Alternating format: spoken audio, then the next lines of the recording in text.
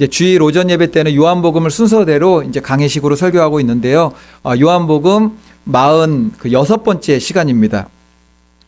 너희도 서로 남의 발을 씻겨라. 너희도 서로 남의 발을 씻겨라 라는 제목으로 우리 하나님 말씀 증거하도록 하겠습니다. 이제 오늘 본문은 십자가 죽음을 하루 앞둔 최후의 만찬 자리에서 그 최후의 만찬이 그겁니다. 성찬식입니다. 성찬식. 최후의 만찬 자리에서 예수님께서 제자들의 발을 씻겨주신 세족식 사건 다음에 이어지는 말씀이에요. 이게. 그러니까 최후의 만찬, 세족식 다 같이 일어났어요. 이게 같이. 우리 12절 말씀부터 한번 보겠습니다. 12절 다 같이 한번 읽겠습니다. 그들의 발을 시작. 그들의 발을 씻으신 후에 옷을 입으시고 다시 앉아 그들에게 이르시되 내가 너희에게 행한 것을 너희가 아느냐. 우리가 성경을 읽을 때 우리가 다는 깨닫지 못하고 다는 알 수는 없지만 이 말씀 단어 하나에는 하나님의 뜻이 다 있잖아요. 이게 뭐 숫자적으로도 우리가 그냥 넘어가기도 하지만 숫자에 포함되어 있는 하나님의 의미도 있고 이제 12절에 나와 있는 이 말씀을 한번 살펴보겠습니다. 바로 앞에 있었던 세족식 사건에서 예수님께서는 제자들의 발을 씻으시려고 이게 수건을 두르시고 일어섰어요.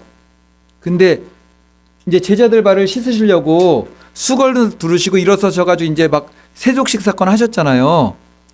이게 뭐 하다가 하신 건지 아세요? 뭐 하다가 했냐면은 4절 한번 보겠습니다. 13장 4절. 13장 4절 다 같이 한번 읽어볼게요. 시작. 저녁 잡수시던 자리에서 일어나 겉옷을 벗고 수건을 가져다가 허리에 두르시고, 우리가 보통은 무슨 순서를 할 때 뭐 하나가 끝나면은 이제 예배 끝나면 저희는 이제 식사를 하죠. 뭐 식사를 끝나면은 뭐 쉬는 시간을 갖고 뭐 이런 순서가 있잖아요. 근데 이게 4절이 무슨 말이냐면은 저녁을 먹고 있었어요. 이 저녁이 뭐냐면은 이제 저희는 성찬식 할 때 그냥 성찬식을 한다고 그 의미를 상징하면서 포도주를 이렇게 하고 떡을 이렇게 띄고 이렇게 하잖아요. 근데 예수님 당시에는 우리가 성찬식 하니까는 포도주 조그만 거 담아서 이렇게 하고 의미를, 그게 아니었죠. 식사 자리였어요. 그냥 식사 자리였는데 예수님께서 저녁을 잡수시던 자리에서 저녁을 먹다가 다 먹지도 않았는데 먹다가 그냥 일어나서 세족식을 하신 거예요. 이게. 그리고 세족식을 끝나니까는 다시 그 자리에 가서가지고 식사 자리에 다시 가셔가지고 이제 식사를 하시면서 얘기를 하시는 게 오늘 말씀 장면입니다. 근데 이것이 굉장히 중요한 의미가 있는 거죠. 제자들의 발을 씻기신 세족식 사건을 끝나고 다시 저녁 식사 자리로 돌아와서 앉으셔가지고 이제 하시는 말씀이에요.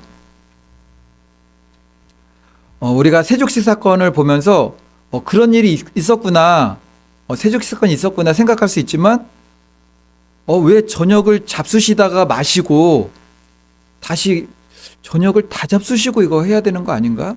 왜 잡수시다가 중간에 일어나셨지? 잡수시다가 갑자기 왜 발을 씻기셨지? 발 씻기기 전에 무슨 일이 있었다고요? 성찬이 있었어요. 이제 그거를 연결해 가지고 이제 우리가 생각해 보는 겁니다. 4절에서 저녁을 잡수시던 자리에서 어떤 자리였죠? 떡하고 포도주를 떼는 자리였잖아요. 예수님의 몸을 상징하는 떡을 나누어 먹고 예수님의 피를 상징하는 포도주를 나누어 마셨던 그 저녁 식사, 만찬 자리였어요. 이 사건은 기억나세요? 세족식 사건 하시면서 씻겨준다고 그러니까는 저를 왜 씻으십니까? 내가 씻겨주지 않는 자는 나와 상관이 없다. 그러니까는 베드로가 저의 온몸을 씻겨서요. 그 얘기를 하잖아요. 성찬이 무슨 사건이냐면은 온몸을 씻겨주는 사건이었어요. 그게 완전히 모욕시켜주는 사건이었습니다. 모든 죄인의 온몸을 깨끗이 씻겨주는 십자가의 대속 사건을 의미하는 것이 성찬이잖아요. 떡과 포도주를 떼는. 그렇기 때문에 온몸을 씻어주는 대속 사건, 성찬, 예수님의 몸을 상징하고 피를 상징하는 그 성찬 사건이 있었기 때문에 이때는 몸을 씻겨주는 것이 아니라 발만 씻겨주면 됐던 거예요. 그래서 세족식입니다. 그런데 다시 일어나서 모욕하여 온몸이 깨끗하다고 했던 제자들의 발을 씻기시는 세족식 사건을 하신 거죠. 그리고 세족식 사건을 딱 끝내니까는 다시 저녁 자리로 오신 거예요. 그럼 온몸을 깨끗하게 하셨는데 왜 잡수시다가 일어나시고 세족식을 하신 다음에 다시 저녁 잡수시던 자리로 다시 가시게 되는가? 이게 영적인 원리예요. 이게 하나씩 영적인 원리인데, 지금의 이 사건들은 모두 그리스도인들이 주님과 동행한다고 하는 믿음의 삶, 믿음의 영적 원리에 대한 것을 가르쳐주는 사건입니다. 목욕을 하여 온몸이 깨끗하게 된 이들이라도 매일매일의 우리의 삶의 행록 가운데 발은 더러워진다라는 거죠. 이것은 십자가 대속으로 죄사함을 받고 구원을 받았어도 매일매일의 삶 가운데 크고 작은 죄에 우리가 노출되어 있잖아요. 더러워질 수 있다라는 거죠. 그 더러워지는 게 심하게 되면은 타락하고 완전히 떠나가게 되는 겁니다. 그렇게 될 때 우리 처음에 성찬식하고 온몸이 깨끗하게 되었어요. 그런데 우리가 온몸이 깨끗하게 되었지만, 나 이제 예수님 믿고 거듭났다, 죄사함 받았다, 은혜 받았다, 그러고 세상으로 나갔는데 죄를 또 짓게 되잖아요. 발이 더러워진 거예요. 발이 더러워지면은 예수님께서 어떻게 되느냐? 이 식사 자리는 주님과의 식사 자리, 주님과의 만찬 자리는 주님과 동행하면서 교제하는 걸 말해요. 근데 온몸을 깨끗하게 되었다고 좋아했다가 또 우리 발의 행로 가운데, 삶의 행로 가운데 죄를 짓게 되잖아요. 주님과의 교제가 끊어집니다. 그래서 주님께서 식사하시다가 그만두시고 발을 씻기러 가신 거예요. 이게 주님이 하시는 일이면서 우리 주 예수 그리스도 예수된 보혜사 성령님께서 또한 하시는 거죠. 우리를 회개시켜 주시는 일. 예수님께서는 저녁 식사를 떠나 제자들의 발을 씻기셨습니다. 이처럼 매일의 삶 가운데 발에 묻게 되는 흙과 먼지 같은 죄 때문에 주님과 나와의 교제가 중단돼요. 그때 필요한 것은 발을 씻어 다시 한번 깨끗하게 되는 회개라는 거예요. 회개. 그래서 날마다 회개라고 말하는 거예요. 날마다 회개, 날마다 거듭나라. 이렇게 생각을 해보겠습니다. 이거는 다 경험이 있으실 거예요. 해수욕장 가보셨죠? 해수욕장. 해수욕장에서 이제 막 해수욕을 하루 종일 해요. 하루 종일 하면은 때 뺏긴 것도 아닌데 하여튼 간에 뭐 깨끗하게 됐지만 또 목욕하러 가잖아요. 짠물이 몸에 다 있으니까는 샤워를 다 했어요. 샤워를 다 하고 나서 이제 막 가요. 슬리퍼 신고서 막 하면은 깨끗해요. 딱 보니까는 뭐가 묻었죠? 발에 그 모래가 다 묻어 있는 거죠. 그거예요. 그래서 마지막으로 뭐 하죠? 막 해수욕 했어요. 그래서 이제 짠물이고 뭐고 이제 다 씻어내려고 다 모욕을 했어요. 모욕을 해서 이제 옷까지 다 입었어요. 차에 타기 전에 마지막으로 하는 게 뭐죠? 수돗물 틀어놓고 발 이거 말하는 거예요. 이게 원리로 치면은 이게 깨끗하게 하고 그리스도 예수의 사람으로 새 옷도 입었는 것 같은데 막 다니다 보니까는 먼지와 흙이 묻었던 거죠. 그게. 근데 우리는 이해가 안 되지만 이 사람들은 이해가 너무 잘 돼요. 세족식 할 때 이해가 너무나 잘 돼요. 세족식 이거 항상 했던 거거든요. 종들이 주인 발 씻어주는 거였잖아요. 샌들 신고 다니다가 바깥에 이게 돌아다니니까는 돌아오게 되면은 뭐 가난한 사람들이야 자기가 자기 발 씻었겠지만 이제 여유가 있는 분들은 종들이 나오는데 종들 중에서도 가장 낮은 계급에 있는 종들, 가나 혼인잔치에 있었던 그 항아리가 뭔지 아십니까?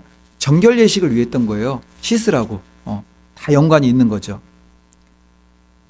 탈의실로 가서 옷을 다 입고 다 깨끗하고 차에 타기 전에 다시 한번 발 헹구는 거 너무 많이 씻었는데 또 묻어요. 씻었는데 어쨌든 간에 샌들 신고 모래만 밟으면 묻는 거죠. 우리도 마찬가지입니다. 우리가 거룩하고 정결하게 살아야 됨에도 불구하고 세상에 나가게 되면은 알게 모르게 막 묻어 나오는 거죠. 그냥 묻어 나오고 나는 동의하고 싶지 않은데 그런 사상이 나한테 슬며시 돌아와서 나를 이렇게 막 힘들게 하고 그런 겁니다. 우리가 온몸을 씻음 받은 후에 매일 발을 씻는 일이 이와 같습니다. 사람이 죄 가운데 타락한 사건으로 인해 하나님과 사람 사이에 죄의 담이라는 게 생겼잖아요. 그런데 예수 그리스도의 십자가 대속 사건으로 그 죄의 담이 허물어졌어요. 죄의 담이 허물어졌다라는 거에 증거로 나타났던 것이 뭐죠? 성소의 휘장이 위로부터 아래로 확 찢겨나가면서 휘장이 사라져버린 거죠. 그냥 들어갈 수 있게 된 겁니다.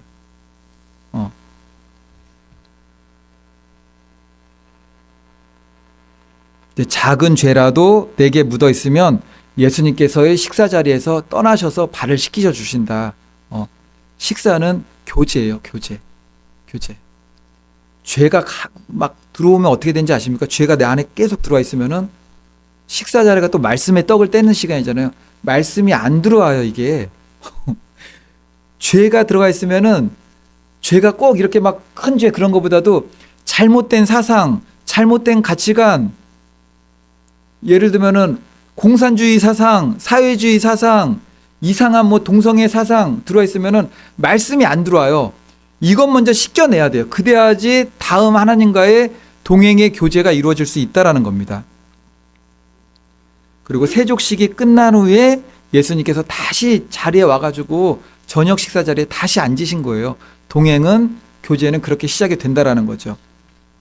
이제 12절에서 예수님께서 말씀하신 빨간 글씨만 한번 읽어볼게요. 빨간 글씨.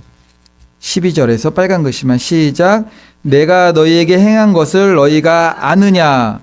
이것은 왜 날마다 발을 씻어야 되는지 돌아와서 이제 하신 말씀이잖아요. 세족식 끝나고 돌아와서 왜 세족식을 했는지, 왜 너희가 목욕을 해서 깨끗하다고 하는데 발은 매일 씻어야 되는지 아느냐라고 묻는 것과 같은 맥락이라는 겁니다.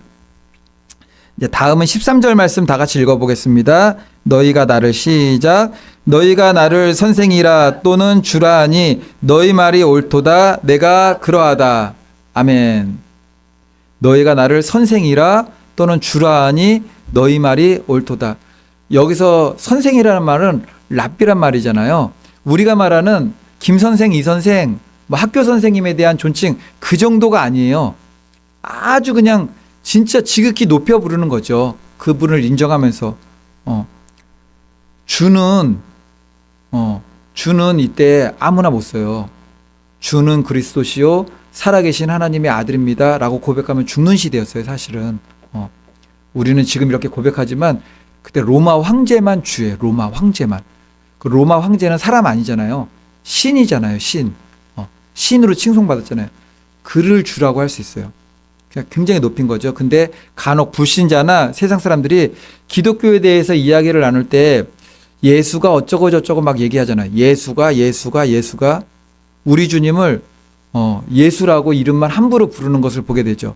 이제 간혹 이제 목사님들도 설교를 하실 때 예수가 그렇게 호칭을 부르는 경우도 있는 것을 제가 보게 됐는데, 서신서 보면은 예수라고 하는 거는 단 한 글자도 없어요. 이렇게 주님을 예수라고 그런 호칭으로는 부르지 않아요. 복음서에서만 예수님 하다가 간혹 예수라는 단어가 나와요. 어떤 부분에 기록되어 있느냐면은 성령의 이끄심을 받아 광야로 가서 마귀에게 시험 받을 때 성령이 예수를 광야로 이끌었다. 예수 그때 나와요. 그리고 제자들이 배를 버려두고 주님 따를 때 예수를 따르다. 배와 아버지를 버려두고 따를 때 예수를 따르다. 이렇게 나와 있는데, 이때 예수라고 언급할 때의 시점, 성령이 예수를 광야로 이끄사 마귀에게 시험받게, 그러니까는 예수라고 부른 거는 제자들이 부른 게 아니에요. 제자들이 성경을 쓰면서 성령의 감동 가운데 성령님의 시점에서 예수라고 부른 거예요. 그럴 수 있죠. 왜냐? 빌립보서 2장 6절 그는 근본 하나님의 본체시나 삼위일체에 대한 걸 배웠잖아요. 그렇게 부를 수가 있는데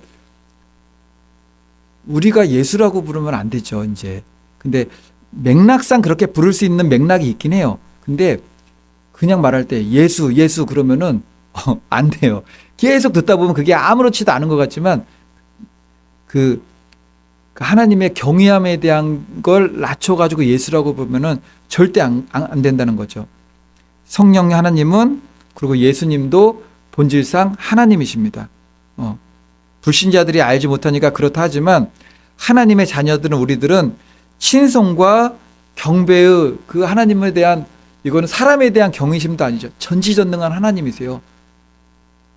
그리고 지금은 우리가 예수님이라고 불러도 되긴 하지만 정확한 호칭은 예수 그리스도입니다. 왜냐하면은 우리가 예수님이라고도 부를 수가 있는데 예수님이라는 호칭은 완전한 사람의 모양으로 오셔서 사람인 예수, 완전한 사람의 모양으로 오셔서 죄 없는 사람이 대속의 사건을 이루시기 위해서 공생의 기간에 완전한 사람으로 오셨었다고 했을 때 저가 저의 죄를 이게 사하고 구원한다고 할 때 그때의 사명의 이름이 예수예요.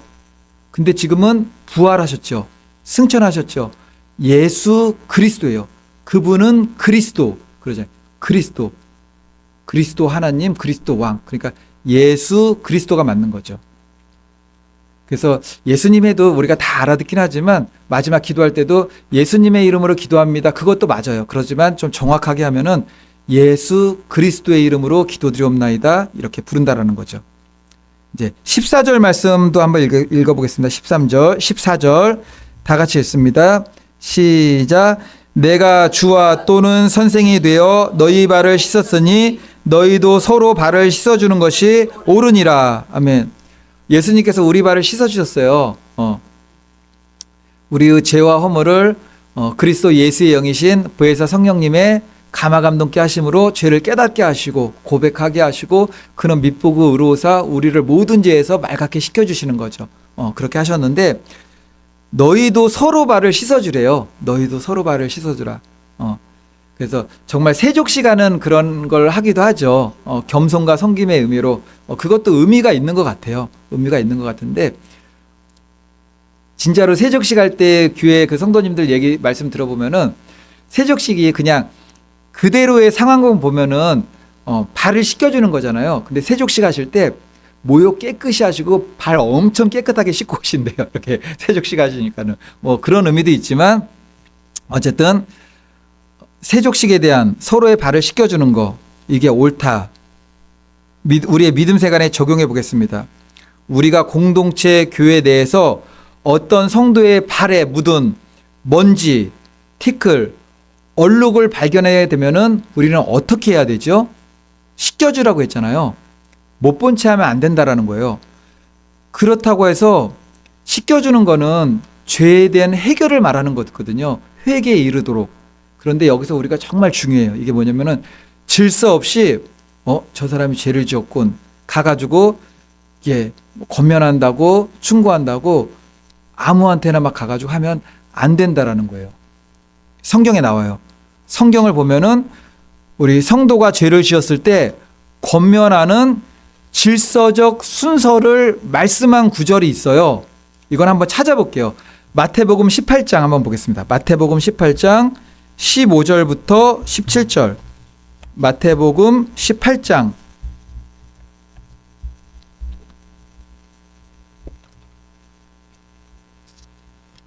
마태복음 18장 15절부터 17절. 다 찾으셨습니까? 여기서도 이제 소제목 보면은 형제가 죄를 범하거든 이렇게 나오잖아요. 이럴 때 우리는 어떻게 해야 되는가? 그냥 방임해야 되는가? 못 본 척 해야 되는가? 아니면 이거를 해결을 하고 가긴 가야 되는데 어떻게 해야 되는가? 이게 성경적인 거죠. 성경적. 첫 번째는 그에게 가서 개인적으로 권면하는 거예요. 마태복음 18장 15절 다 같이 읽어보겠습니다. 내 형제가 시작. 내 형제가 죄를 범하거든 가서 너와 그 사람과만 상대하여 권고하라. 만일 들으면 내가 내 형제를 얻을 것이요. 가서 먼저는 그 사람과만 상대하라. 다른 사람한테 다 막 얘기하고 다니지 말라는 거예요. 김 형제가 담배를 피네 저기서. 이제 그러면은 그렇다고 이제 딱 봐가지고 건강에 안 좋으세요. 뭐 지혜롭게 얘기해야 되죠. 뭐 담배 피면 심판을 받을지어다 막 그러면 안 돼요.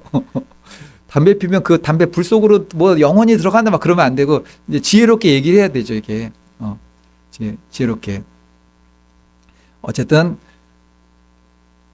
개인적으로 권면하라는 거죠. 먼저는 개인적으로 권면하는데 많은 경우는 개인적으로 권면하는데 그 다음에 이렇게 권면을 들으면은 내 형제를 얻을 것이요. 그가 다시 살아나는 거잖아요. 근데 그렇게 안 될 때는 어떻게 합니까? 다음에는 사람들에게 가야 돼요. 두세 증인에게 16절 보면은 16절 보겠습니다. 다 같이 읽을게요. 시작. 만일 듣지 아니하거든 한두 사람을 데리고 가서 두세 증인의 입으로 말마다 확증하게 하라. 두세 증인으로 같이 권면할 사람들, 믿음의 사람들하고 가게 되는데 우리는 얘기해가지고 안 들으면은 동네로 가서 동네방네 다 떠들고 다니잖아요. 그러면 안 된다는 거예요. 그러면은 그러면 안 돼요. 그래서 두세 증인, 여기서 증인이 나와요. 두세 증인. 요한계시록에도 두 증인이 나오고 이건 구약시대의 율법에 기록해 놓은 거예요. 두세 증인. 증거를 삼으려고. 이것은 사람의 죄가 일부 공개된 것인데 이거는 왜 그러죠? 교만을 꺾어야 돼서 그런 거예요. 회개하지 않는 교만이죠. 이거는. 돌이키지 않는 교만. 이제 수술대에 들어가는 거예요. 수술을 이제 하기 시작하는 거예요. 이게 수술을. 근데 그래도 안 되면은 내가 홀로 가서 권면하고 잘 다독이고 그랬는데 이게 잘 안 되는 거예요. 그래서 같이 교회의 공동체 믿음의 식구들하고 가서 같이 기도해 주면서 또 권면하고 우리 잘해 봅시다. 그 죄에서 떠나야 되지 않겠습니까? 얘기하는데 또 그게 안 돼요. 그럴 때는 17절 다 같이 한번 읽어보겠습니다. 시작. 만일 그들의 말도 듣지 않거든 교회의 말하고 교회의 말도 듣지 않거든 이방인과 세리와 같이 여기라. 아멘. 교회 공동체가 권면하여도 듣지 않으면 더 이상 성도로 인정하지 않고 퇴교될 수 있다. 혹은 교회법으로 징계될 수 있다라고 이제 성경이 이렇게 이야기를 한 건데, 그런데 교회 공동체의 권면이나 교회의 칠이라는 것은 아무 죄나 다 그렇게 하는 게 아니에요. 이 성경에 지금 본문으로 읽었던 마태복음 18장 15절, 16절, 17절의 이 질서상으로 권면하는 순서는 모든 죄를 다 그렇게 하지는 않습니다. 어떤 죄냐면은 교회 질서를 무너뜨리고 그 사람의 죄가 누룩과 같이 교회에 들어오게 되었을 때 교회 전체 공동체의 믿음에 큰 해가 가해지게 될 때 이렇게 한다는 거죠. 그러지 않을 때는 우리가 다 지혜롭게 지금 기도하면서 나가는 게 있잖아요. 그렇게 하는 거예요. 이렇게 서로 기도하기도 하고 권면하기도 하고 또 기도하고 권면하고 기다려주고 그렇게 하는데, 지금 여기서 나온 거는 심각한 죄예요. 심각한 죄. 교회 공동체를 무너뜨릴 수 있는 죄. 신천지 들어오면 그렇게 해야죠. 처음에 가서 신천지 교회에서 예배 드리고 나오는 거 제가 봤습니다. 얘기해야죠. 제 신천지 끊었습니다. 그럼 안 되면은 또 가서 권면해야죠. 교회로 권면해야죠. 말 안 들으면 어떻게 되지? 이방인처럼 그때는 하는 거예요. 그때는 교회 징계를 통해 가지고 이게 징계를 하든지 교회에서 퇴출 명령을 하는 거죠. 그래서 동성애에 막 안수한 목사님들도 교단에서 그렇게 하잖아요. 처음부터 한 게 아니라 권면을 하는 거예요. 권면을. 이거 교단법에 이거 동성애 축복식 같은 거 참석하지 말라고 그랬는데 왜 남자하고 남자한테 결혼하는데 목사님이 가가지고 그걸 주례를 보고 축복 기도를 하십니까? 그거는 성경에 어긋납니다. 먼저 얘기를 하는 거죠. 근데 그 사람들이 안 들으니까 마지막으로 교단법으로 징계를 하는 거예요. 그게. 이런 겁니다. 이제 많은 경우 개인과 공동체와 교회는 한 사람이 바로 서기까지 오래 참아주잖아요. 인내하며 기다려주고 기도합니다. 이게 성경이 말씀하는 거예요. 베드로전서 4장 8절. 무엇보다 뜨겁게 서로 사랑할지니 사랑은 허다한 죄를 덮느니라. 여기서 뜨겁게 사랑하는 건 알겠는데 죄를 덮다라고 할 때 이게 좀 마음에 이게 찜찜하지 않습니까? 죄를 갖다가 해결해야 되는데 죄를 덮어요. 난 사랑하니까 죄를 이렇게 덮고 눈 감고 모르겠다 그러고 이제 신앙생활 열심히, 그게 아닌 거죠. 그게 여기서 죄를 덮으라고 죄를 모른 척하라 그런 건가? 그런 의미가 아닙니다. 이제 이 말씀이 베드로전서 이 말씀이 어디서 나온 말씀이냐면은 잠언서 10장 12절에서 나온 말씀이에요. 잠언서 10장 12절 말씀. 이 말씀 제가 잠깐 좀 볼게요. 잠언서 10장 12절 말씀에서 베드로 사도가 이거를 인용한 말씀이거든요. 잠언서 10장 12절 말씀 보게 되면은 미움은 다툼을 일으켜도 사랑은 모든 허물을 가리느니라. 여기서 이게 허다한 죄를 덮느니란 말씀이 이 잠언서 10장 12절 말씀에서 나온 거거든요. 그러니까 잠언서 10장 12절 말씀을 바로 알게 되면은 왜 허다한 죄를 덮는다라고 얘기했는지 그 뜻이 의미가 분명해집니다. 우리가 보통 누군가와 죄와 허물을 보면은 많은 경우 우리가 어떤 마음을 품죠? 죄를 딱 보면은 우리가 정말 성경대로 살면은 하나님 말씀대로 살면은 그렇지 않은데 많은 경우 그 사람의 죄를 내가 알게 되면은 뭔가 약점을 잡은 것 같은 거예요. 그러면서 그 사람의 저런 죄를 지었다 하면서 정죄하기도 하고 거봐 내 그럴 줄 알았어. 신앙은 그거밖에 안 돼. 깔보고 미워하고 무시하게 되는 거죠. 근데 여기 잠언서 말씀 보니까는 미움은 다툼을 일으켜도 그 사람에 대해서 그런 마음을 품지 않는 거예요. 허다한 죄를 덮는다는 것은 미워하고 깔보고 그런 마음이 아니라 그 사람을 무시하지 말고 사랑은 오래 참아줌과 기도의 줌으로 이끌어주는 거예요. 이게 덮는다는 게 죄를 덮는 게 아닙니다. 이게 죄는 절대 덮으면 안 돼요. 우리가 죄를 덮으면 언젠가 하나님께서 그건 다 드러내세요. 그때는 아주 치유 불가할 가능성이 많아요. 그냥 깔보고 미워하고 무시하지 말라. 뜨겁게 피차 서로 사랑할 때는 허다한 죄는 사랑으로 덮는 거예요. 그러니까 깔보고 무시하고 거봐 그거밖에 그게 아니라 오래 참아줌과 인내함과 그를 끝까지 찾아간가 섬김으로 가는 거죠. 가는 겁니다. 다음 15절 말씀 보겠습니다. 15절 말씀 자꾸 왔다 갔다 하죠. 15절 말씀 내가 너희에게 행한 것 같이 다 같이 읽어보겠습니다. 시작. 내가 너희에게 행한 것 같이 너희도 행하게 하려 하여 본을 보였노라. 예수님께서 사랑으로 허다한 죄를 덮어주는 본이 되는 예수님께서도 사랑으로 허다한 죄를 덮어주었어요. 대표적인 사건이 뭐가 있죠? 예수님과 관련하여서 허물 많은 베드로, 예수님께서 고난받으시고 십자가에서 못 박혀 죽으실 때 제자들 다 도망갔잖아요. 베드로 한 번, 두 번, 세 번이나 예수님을 부인했잖아요. 부활하신 예수님께서 먼저 가 있는 갈릴리 바닷가라고도 하고 디베라 바닷가로 갔어요. 제자들을 찾아오셨고 세 번이나 부인하고 갔던 그 베드로에게 찾아가서 가장 먼저 하신 일이 무엇인지 아십니까? 내가 너를 수제자로 삼았는데 너가 그럴 줄 몰랐어. 너는 배신자야. 어떻게 할 거야 앞으로? 그 얘기를 안 했죠. 우리는 조금만 서운해도 미워하고 마음에 담아두고 언제 한번 내가 그렇게 눌렸던 걸 뒤집을 수 있는가 그 생각을 하는데 예수님께서 하신 게 뭐죠? 내 양을 먹이라, 내 양을 치라, 내 양을 먹이라 말씀하시면서 회복의 자리로 이끌어 오신 거죠. 회복의 자리로.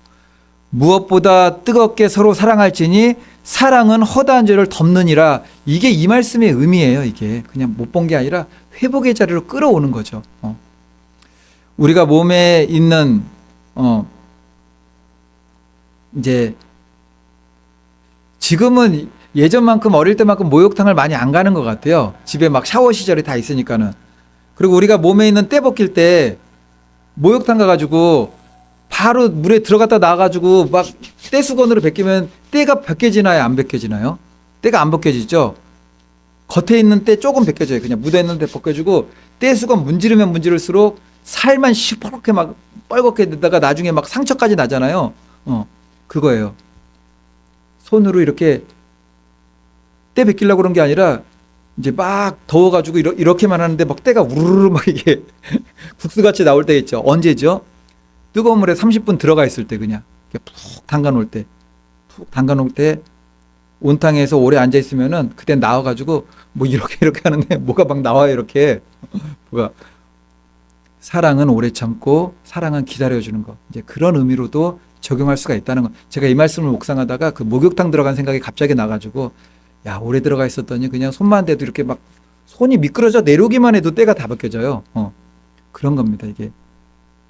오래 참는 거 힘들지만 오래 참아줘야 돼요.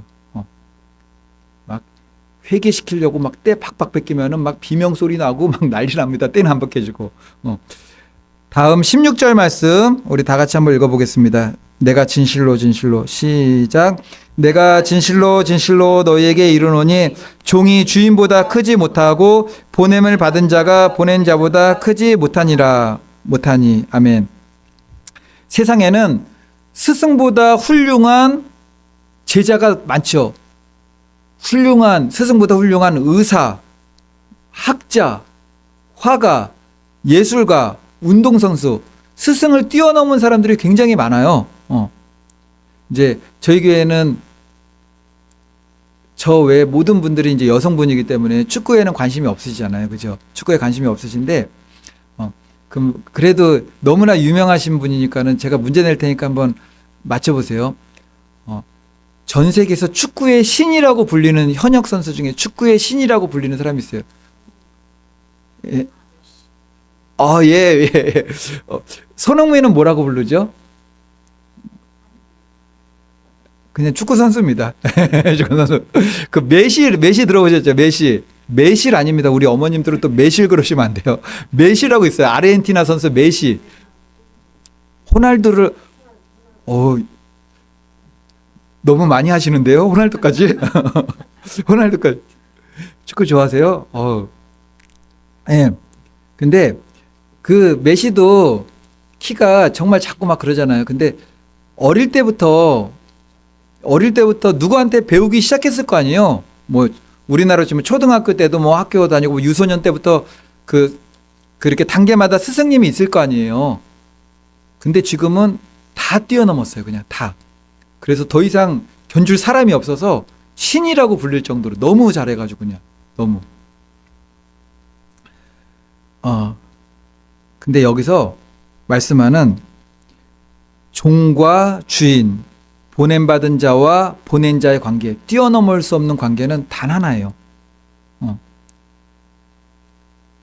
우리나라에서도 예전에 종들이 주인을 뛰어넘는 경우도 많이 있었어요. 어떻게 해가지고 막 벼슬 사가지고 막 뛰어넘기도 하고, 막 잘하는 사람들이 많잖아요, 스승보다. 우리와 예수 그리스도의 관계예요, 이거는. 우리와 예수 그리스도의 관계. 예수 그리스도는 나의 주인이시고 나를 부르시고 나를 보내시는 주인이세요. 우리는 종입니다.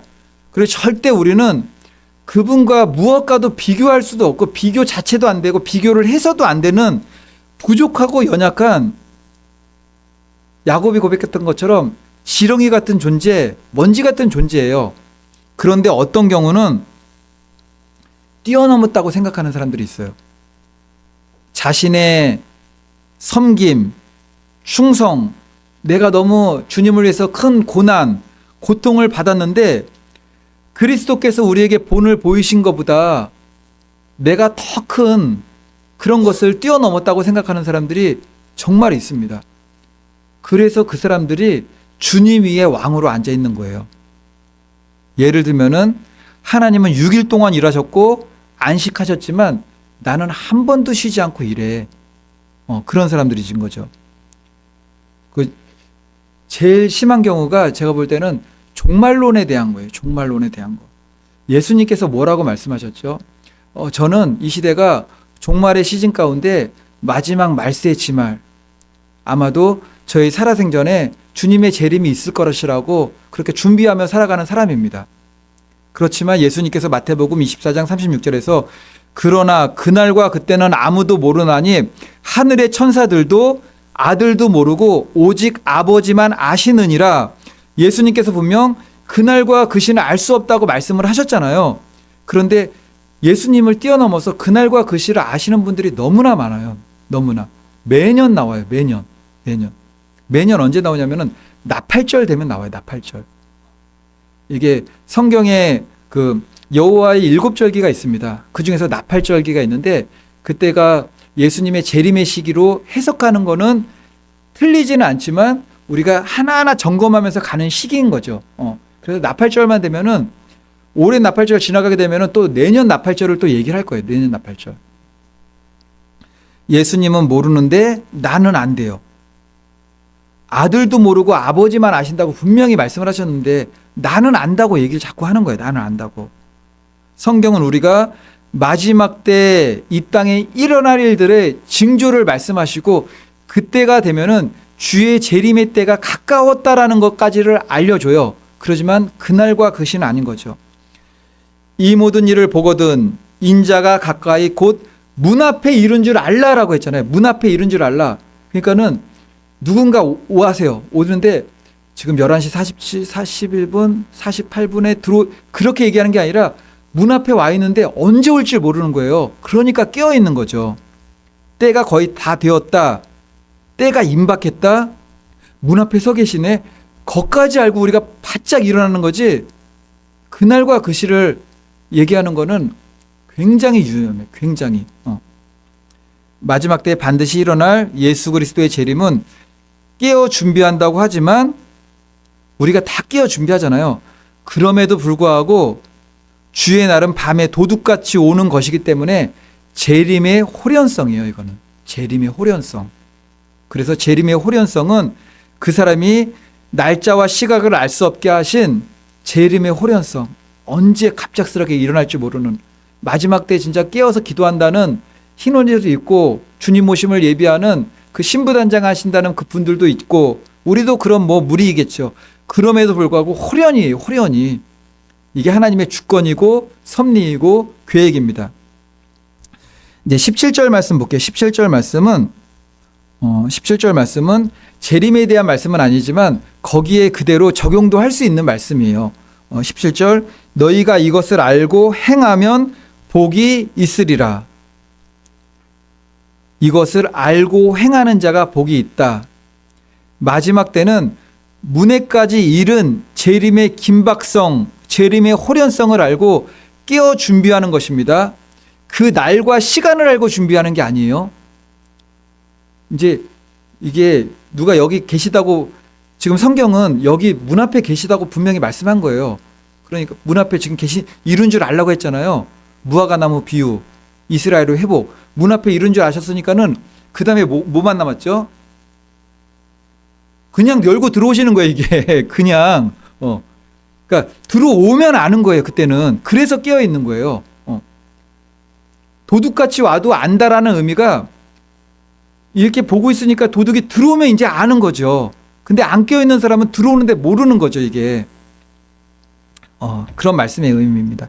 18절 말씀 이제 다음 한번 읽어보겠습니다. 18절. 내가 너희 모두를 시작.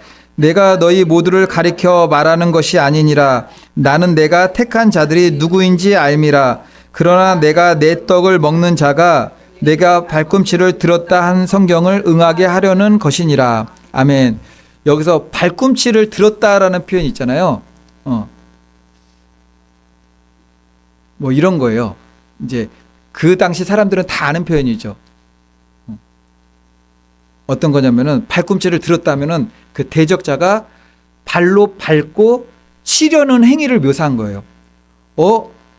우리는 나를 발로 짓밟고 발로 차려고 하네. 그러는데 그 당시 이스라엘 사람들은 발꿈치를 들어? 그런 거죠.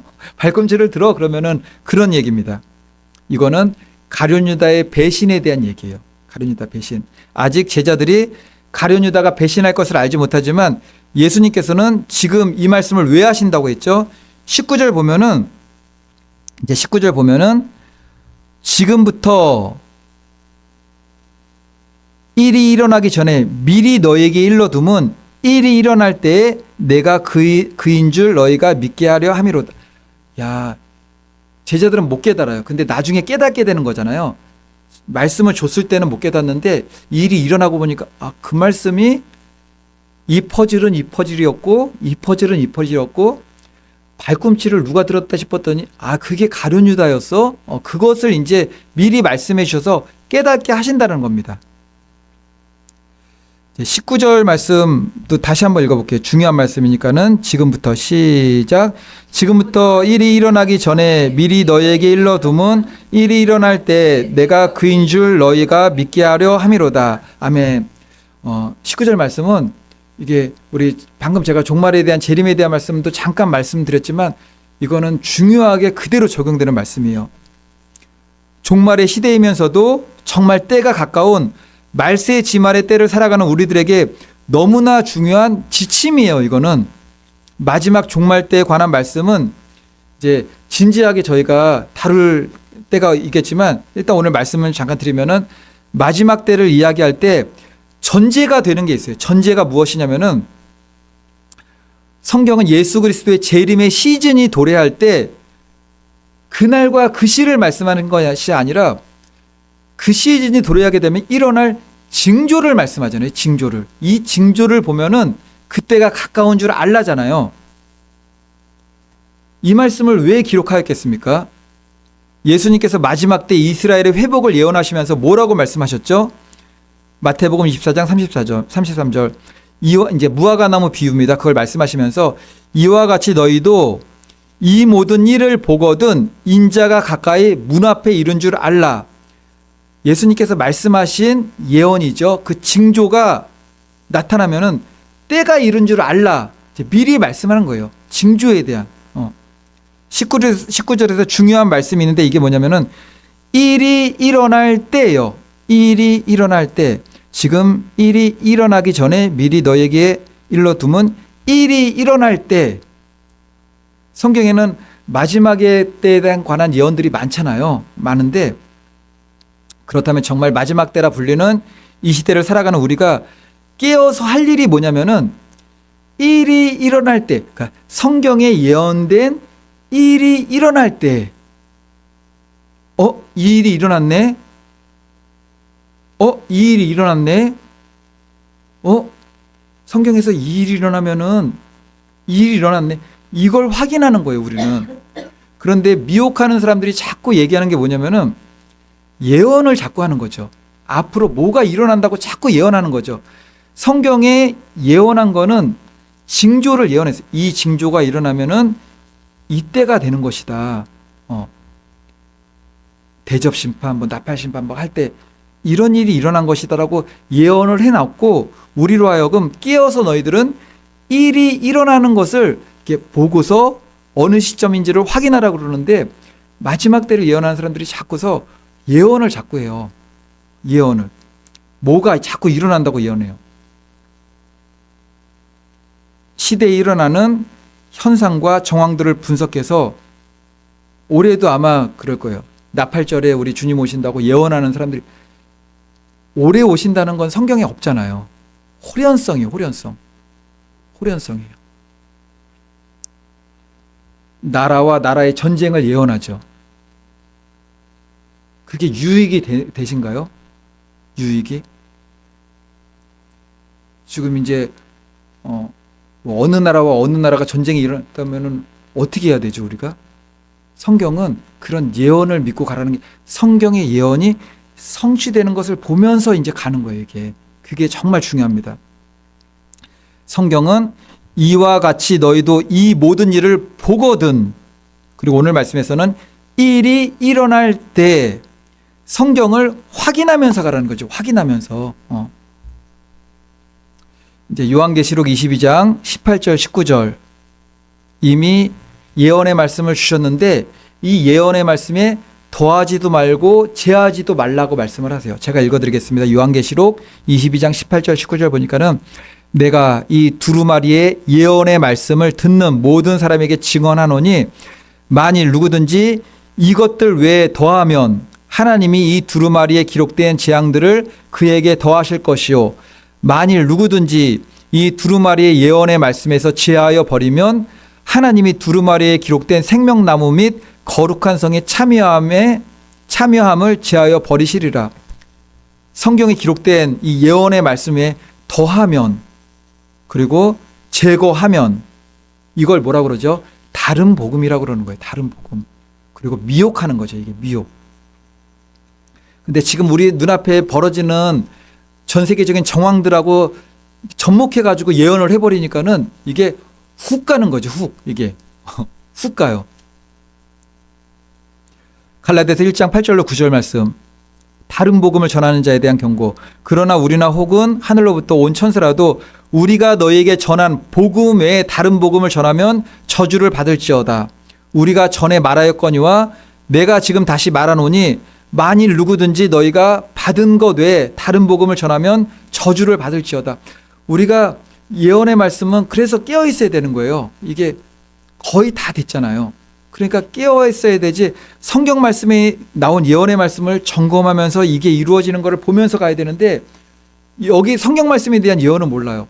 그 누군가가 자꾸 이 상황과 정황에 맞춰가지고 앞으로 뭐가 일어날 것이다, 뭐가 일어날 것이다 하면은 막 기뻤다가 두려움에 막 벌벌 떨었다가 안 일어나면은 아이고 안 일어났다 그러다가 또 막 그게 막 계속 반복되는 거죠. 우리가 깨어 있다라는 것은 성경을 바로 알고 성경에 기록된 징조들을 흘려버리지 말고 성경에 기록된 징조들은 확인하는 거예요. 확인. 이 일이 일어날 때 확인입니다.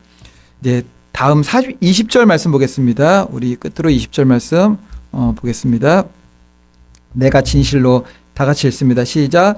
내가 진실로 진실로 너에게 이르노니 내가 보낸 자를 영접하는 자는 나를 영접하는 것이요 나를 영접하는 자는 나를 보내신 이를 영접하는 것이니라. 아멘. 예수님은 하나님께로부터 보냄을 받아서 공생의 사역을 감당하셨죠. 주님께서 죽으심과 부활하심으로 대속의 구원을 이루셨고, 이제 하나님은 예수님께서 보냄 받은 자로서의 대속을 이루셨고, 우리 예수님께서 승천하시면서 이 땅에 남겨둔 사람들, 제자들을 남겨두셔가지고 이 제자들로 하여금 하나님 나라의 확장, 복음 전파 증거자로 남겨두셨습니다. 그리고 그 제자의 신앙의 전수가 이해돼서 지금 이 시대를 살아가는 우리들도 그 일을 하고 있는 거죠.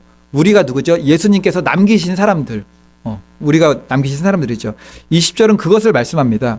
그래서 이 시대의 교회, 목회자, 사역자, 우리 성도님들, 하나님 나라의 모든 일들은 오늘 말씀 보니까는 20절에서 내가 보낸 이를 영접하는 자는 나를 영접하는 것이고 나를 영접하는 자는 보내신 이를 곧 보내신 이를 영접하는 것이라. 그러니까 마지막으로는 누구한테 다 올라가죠? 하나님이잖아요. 하나님. 출발도 하나님, 끝도 하나님이에요. 이게. 그러니까 우리가 나의 이름, 교회 이름이 아니라 예수 그리스도의 이름으로 다 행하는 거예요. 우리가 행하는 것들이 하나님 사랑하고 이웃 실천하고, 우리가 힘써 하나님께서 우리를 도구로 사용하시지만 예수 그리스도의 이름으로 행해야 됩니다. 골로새서 3장 7절. 또 무엇을 하든지 말에나 일에나, 말을 하든지 일을 하든지 다 주 예수의 이름으로 하고 그를 힘입어 하나님 아버지께 감사하라. 그의 이름으로 하는 것이고 우리도 그의 힘을 힘입어서 하는 겁니다. 사도행전 보면은 이제 베드로와 요한이 제9시 기도 시간에 성전에 올라가서 기도해요. 근데 성전 미문에 앉아가지고 앉은 배가 막 구걸하잖아요. 이때 말씀 보면은 베드로가 이르되 은과 금은 내게 없거니와 내게 있는 것을 내게 주노니 일어나 걸으라 라고 했나요? 나사렛 예수 그리스도의 이름으로예요. 나사렛 예수 그리스도의 이름으로 일어나 걸으라. 내가라고 하면 절대 안 되는 거예요. 이게 내가라고 하면은 우리는 행할 때도 예수 그리스도의 이름으로 행하고 그 일을 행한 다음에 열매가 있잖아요. 아름다운 열매가 맺히면은 모든 영광은 하나님께 돌리는 거예요. 그리고 우리가 받을 상급은 이 땅이 아니라 하나님 나라 천국에 있는 거죠. 그 말씀입니다. 영적 원리죠. 오늘 보면 요한복음 13장 20절. 제가 오늘 설교 시작하면서 처음 말을 뭐라고 했는지 아십니까? 설교 처음 시작하면서 너희도 서로 남의 발을 씻겨라 라는 제목으로 하나님 말씀 전하겠습니다. 너희도 서로 남의 발을 씻겨라 라는 제목으로 설교하겠습니다라고 아니죠. 하나님 말씀 전하겠습니다 그랬잖아요. 그러니까는 이게 저를 통해서 이 순간에는 하나님의 말씀이 또 증거가 되는 거죠. 그리고 우리 성도님들도 교회에서 말씀을 같이 나누고 세상에 나가서 예수 그리스도의 이름을 할 때 그게 다 예수님의 이름으로 하는 거예요. 예수님께서 행하실 일을 내가 하는 거죠. 가가지고 하나님 사랑, 이웃 사랑을 실천하면서. 그래서 예수님께서 내 형제 중에 지극히 작은 자 하나에게 한 것이 곧 나에게 한 것이라고 한 것이 이런 뜻입니다. 또 누구든지 제자의 이름으로 이 소자 중 하나에게 냉수 한 그릇이라도 주는 자는 내가 진실로 너희에게 이르노니 그 사람이 결단코 상을 잃지 아니하리라. 제가 언제 주님을 섬겼습니까? 제가 언제 주님을 돌봤습니까? 너는 나를 섬기고 나를 돕았다. 지극히 작은 자 하나에게 한 것이 곧 나에게 한 것이다. 라고 말씀을 하는 거죠. 율법의 두 기둥, 하나님 사랑, 이웃 사랑도 하나님 사랑, 이웃 사랑을 하나로 묶으면 그게 뭐가 될까요? 하나님 사랑이에요, 이게. 하나님 사랑. 하나님께로 다 귀속되는 거예요, 이게. 하나님께로. 말씀의 결론입니다. 예수님께서도 너희도 서로 남의 발을 씻겨라라고 했어요. 우리 교회와 성도님들, 우리가 연약함에 있어서 죄 가운데 빠질 때가 있습니다. 정죄와 판단이 아니죠. 회복을 도와줘야 돼요. 회복을. 그러라고 우리가 부름받은 사람들입니다. 그 회복을 돕는 일은 아주 오래 걸려요. 사랑은 오래 참고입니다. 오래 참고. 서로 뜨겁게 사랑할 때 남의 허물을 덮어주고 회복의 자리에 세울 수가 있습니다. 지금은 진실로 마지막 때 중에서 주님의 재림이 임박한 문고리에 서 계세요. 확 열고 언제 호련히 임하실지 몰라요. 주님이 문 앞에 서 계십니다. 이러한 시대를 살아가는 교회와 성도는 임박한 재림을 준비하며 무엇을 해야 되겠습니까? 흰 옷을 입고서 휴거를 준비하시겠습니까? 아니면은 깊은 산속에 피난처를 만들어 놓으시고 환란이 오면 거기서 이제부터 자급자족해야지 그것을 생각하시겠습니까? 그것을 보거든이죠. 그것을 보거든. 오직 예수교회 성도님들은 생명 다하는 그날까지 한 영혼의 구원을 위해서 하나님 사랑, 이웃 사랑을 계속 실천하는 삶을 살아가는 거예요. 그럼 그날이 임하면은 어떻게 해요? 아무것도 준비 안 했는데요. 광야에서 만나를 주신 하나님, 반석에서 샘물을 주신 하나님, 저 강원도 깊은 산속의 피난처가 아니라 예수 그리스도는 나의 피난처시고 보호자시고 피할 바위가 되신다. 그 믿음으로 가는 거예요. 그 믿음으로.